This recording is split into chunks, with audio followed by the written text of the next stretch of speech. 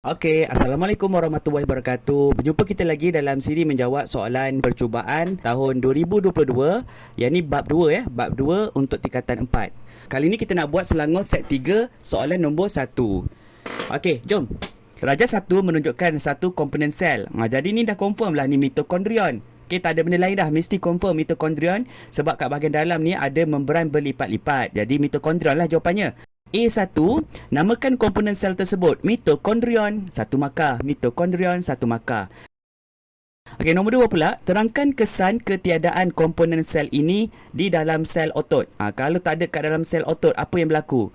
Sel otot ni dia memerlukan mitokondrion sebab sel otot ni diperlukan banyak tenaga untuk dia bergerak, untuk dia mengecut dan mengendur. Barulah dapat menghasilkan pergerakan. Kalau macam tu, jawapan kita ialah pergerakan tak berlaku lah. Tapi dia nak 2 markah, jadi kamu kena fikir sikit lagi untuk tambahkan satu lagi poin supaya dapat 2 markah tadi lengkap kan.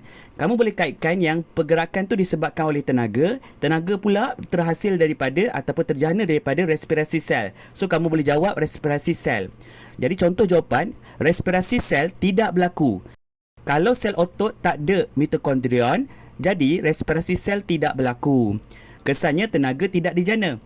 Sel otot tidak dapat mengecut dan mengendur. Pergerakan otot tidak berlaku. Okey, pergerakan otot tidak berlaku. Sekali lagi, respirasi sel tidak berlaku.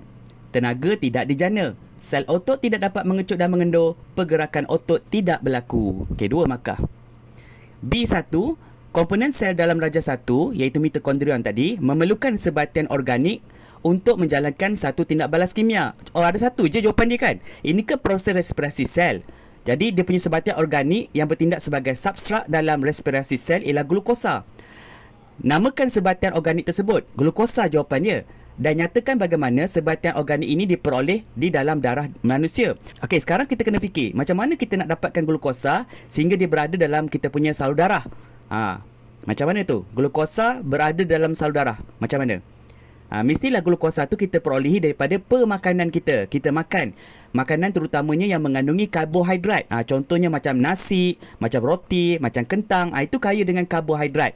Jadi karbohidrat ni kita akan cernakan atau kita hydrolysekan dia menjadi glukosa. Okay, of course lah mula-mula karbohidrat tu akan dipecahkan ataupun dihuraikan kepada maltosa. Kemudian maltosa barulah dia akan jadi glukosa. Okay, let's say lah kita kata ending dia glukosa. Dan glukosa tu macam mana pula dia boleh masuk dalam salur darah?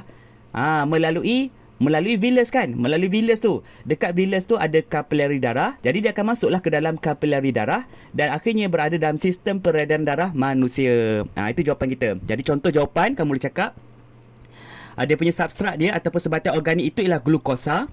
Glukosa diperoleh daripada pemakanan. Makanan yang mengandungi karbohidrat dihidrolisis menjadi glukosa. Glukosa diserap masuk ke dalam kapilari darah di vilus usus kecil. Ini contoh jawapan. Okey, sebatian organiknya ialah glukosa. Glukosa diperoleh daripada pemakanan. Makanan yang mengandungi karbohidrat dihidrolisis menjadi glukosa. Glukosa diserap masuk ke dalam kapilari darah di vilus usus kecil. Soalan terakhir, soalan nombor 2. Tuliskan persamaan perkataan untuk tindak balas kimia yang berlaku di dalam komponen sel tersebut. Jawapannya ialah merujuk kepada respirasi sel. Jadi macam mana tindak balas dia punya persamaan perkataan untuk respirasi sel?